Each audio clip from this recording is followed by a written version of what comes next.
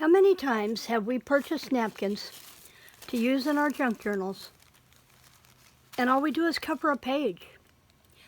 I'm going to show you something else to do today. Hi, this is Kelly with Kelly's Creative Dream Studios, and this is going to be a relatively quick video because I got up late this morning for it to upload. Real quick, first I want to show you my latest haul from Rebecca Will's sales. She will have sales this weekend again. This is one of her handmaids. I love this. She takes a cameo, lays it in the middle of a doily, and does all kinds of neat collage stuff with it. So I have that. I also bought these poinsettia napkins in a set of 2. And I don't know what I like better, the Battenberg lace or the poinsettia embroidery on there. But they'll get used. And then I bought some of her sewing fabric strips. Yes, I can do these. But when I go to make a vintage journal, am I going to think to do this? And probably not. So I purchased a few of these for inspiration.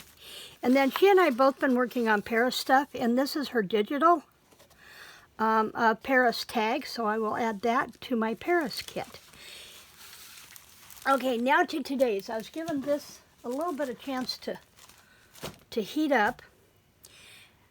Now I got this trick from my sister. I know and I've shown it on my channel before, but I've taken a piece of the heavyweight cardstock that I bought from Allie's, and I coated it with Mod Podge yesterday. Now you need to do this, you need to plan ahead a little and do this the day before.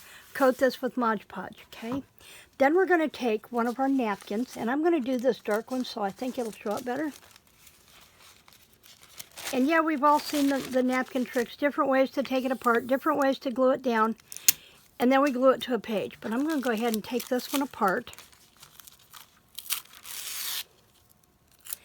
Stick that over there out of my way, because once I do that, I can get a hold of it, usually. And I'm going to have stuff that I'm going to need to clean up later, but that's okay. Let's see, that one went down a little bit too tight. There we go. And I've got to watch, I have a hot iron over here. I was letting it heat up. Once you get that started, you can come back and pick up an edge. This is a really good napkin. This is not a cheapo. Yet I got it at Dollar Tree, but it's really hanging in there. I won't come back. And I should have had one of these done. Sometimes you can get a hold of it with the tape and pull it off in one fell swoop like this. And sometimes there are more than one layer of this on the back. Now that's got a little bit of a blue hint. Okay, so then I'm going to lay this down over my paper that I Mod Podged. And then I'm going to come in with an iron. And I'm just going to press it down. Now the cool thing about this is it's going to reheat that glue underneath. It's going to glue everything down. And I'm not going to have to worry about wrinkles. Now I've got a few there, but that might have been just ridges on the Mod Podge. You want to spread that Mod Podge out as smooth as you can. Now I'm going to come back and do this on the other side. Okay. And then I can come back and trim this off. Just like this. Now that's still a little warm. You might want to use a slightly cooler iron than I did this morning. I didn't think to change the setting.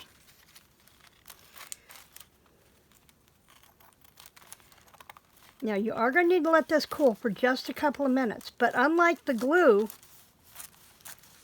when you use a glue stick or a wet glue underneath, you can use this and cut this right away. And I was going to grab my paper trimmer, and I got sidetracked moving the cat out of my way. So let me grab my trimmer really quick.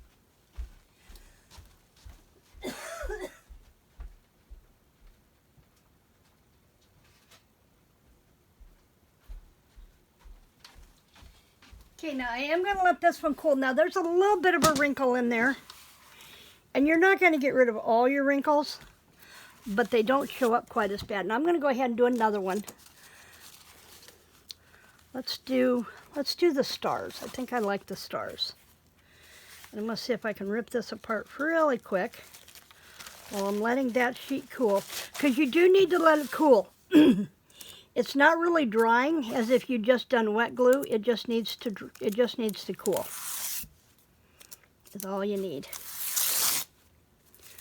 Okay. Now, like with when it's wet, it's hard to cut. You really can't cut it down. I see I got a little bit of a goober on the glue there. I'm going to try and clean it off so I don't have that bump there. And I wanted to show you the contrast between using a lighter paper and a darker paper with your wrinkles. You just slide this over and let the iron heat the glue and press your napkin out smooth. Now, if you didn't get all the way to the edges, excuse me, to repair that, you can go back and you can do that with a glue stick and it's not going to hurt anything. Okay, now I'm going to set this iron. I'm going to go ahead and unplug this iron and move it out of the way so I don't burn myself on it. Okay. Okay, now I'm going to let this one just lay off to the side and we'll bring in my trimmer. And here is where it gets interesting. You can cover a page. You can cover a book page. But do we do anything else with it after that? Usually not. But then I watched a video on Carrie the Paper Monkey, and she was showcasing a journal, a Pioneer Woman journal from Debbie Does Debbie Things. And you can cut this down and use it for pockets. You can punch shapes out of it and use it part of a collage. And here's another trick. Instead of trying to cut from the front where your napkin is, flip it over and cut from the back. And let's make this a 3-inch deep pocket.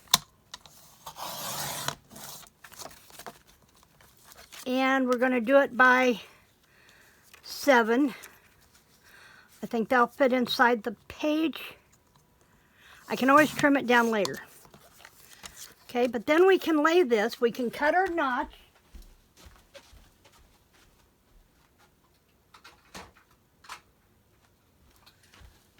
We can cut our notch out for our thumb hole.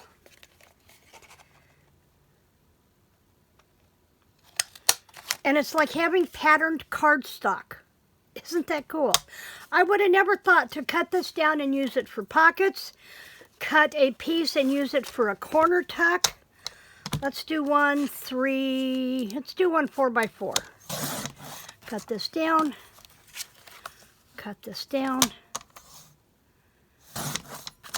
And then we're going to diagonal cut it. Now remember, when you diagonal cut things from point to point, start in the middle somewhere. Don't start at your point. Start in the middle.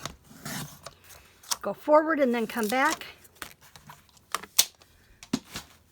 And now we have corners for a page. Let me flip this over. It's our page in our book. Now we have corner tucks. We have wherever I just laid that pocket. And see, I'll need to trim that down to fit, but now we have a pocket. You can do so much with these. You can punch these out in circles. And I recommend punching from the back unless you're really trying to get a piece of the design on your napkin.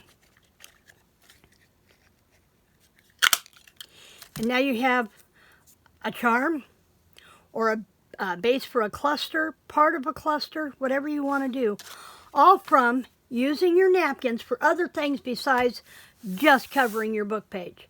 That's it for me today. Remember to check out Debbie Does Debbie Things. I have her link down in the description box below. She is a super creative lady and showing us how to use so many things that sometimes we just don't think about. We just get into doing the same thing over and over and over and over and over again. So thanks to Debbie Does Debbie Things and to Carrie at the Paper Monkey for introducing me to Debbie. In the meantime, please remember, like, share, subscribe, and I'll be back on Tuesday with tags for these new pockets. Creative blessings.